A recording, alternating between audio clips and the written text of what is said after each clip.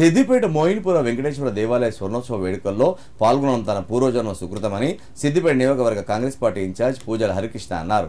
తాము కోరగానే ఆలయ అభివృద్ధికి నిధులు కేటాయించినందుకు దేవాదాయ ధర్మాదాయ శాఖ మంత్రి కొండ సురేఖకు ధన్యవాదాలు తెలిపారు.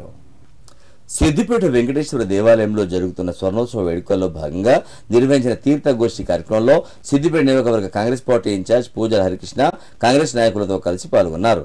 ఈ సందర్భంగా ఆలయంలో ఆయన ప్రత్యేక పూజలు నిర్వహించారు. అనంతరం పూజల మీడియాతో మాట్లాడారు.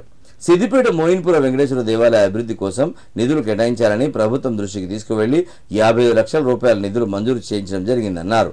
ప్రజలందరూ పాడి పంటలతో సుఖ సంతోషాలతో వరదిల్లాలని ఆ భగవంతుని ప్రార్థించినట్లు తెలిపారు. ఆలయ కమిటీ ఆధ్వర్యంలో భక్తులకు ఎలాంటి ఇబ్బందులు తలెత్తకుండా అన్ని రకాల ఏర్పాట్లు చేశామని, సిద్దిపేట పట్టణంతో పాటు పరిసర ప్రాంతాల ప్రజలు కూడా పెద్ద సంఖ్యలో హాజరై స్వామివారిని దర్శించుకుంటున్నారని తెలిపారు.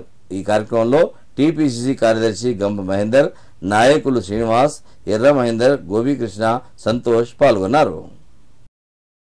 సిద్దిపేట పట్టణంలోని వెంకటేశ్వర స్వామి ఆలయంలో స్వర్ణోత్సవ బ్రహ్మోత్సవ కార్యక్రమంలో భాగంగా ఈరోజు స్వామివారిని దర్శించుకోవడం జరిగింది. కాంగ్రెస్ పార్టీ నాయకులము, డైరెక్టర్లు అందరం కూడా చాలా సంతోషకరం. కాంగ్రెస్ ప్రభుత్వం ఏర్పడిన తర్వాత మొట్టమొదటిగా ఇంత పెద్ద ఎత్తున అంగరంగ వైభవంగా బ్రహ్మోత్సవ కార్యక్రమాలు జరుగుతూ ఉన్నాయి. ఈ కార్యక్రమంలో భక్తులందరూ కూడా పెద్ద సంఖ్యలో రావడం జరిగింది. ఈ స్వర్ణోత్సవ బ్రహ్మోత్సవ కార్యక్రమంలో 17వ తారీఖు నుంచి 23వ తారీఖు వరకు ఈ కార్యక్రమం జరుగుతూ ఉంది. ఇందులో సిద్దిపేట పట్టణానికి కాకుండా వేరే గ్రామాల నుంచి కూడా, వేరే ప్రాంతాల నుంచి కూడా భక్తులు పెద్ద సంఖ్యలో రావడం, అన్ని ఏర్పాట్లు కూడా దగ్గరుండి మా డైరెక్టర్లు చూడడం చాలా సంతోషంగా వ్యక్తం చేస్తూ ఉన్నాం.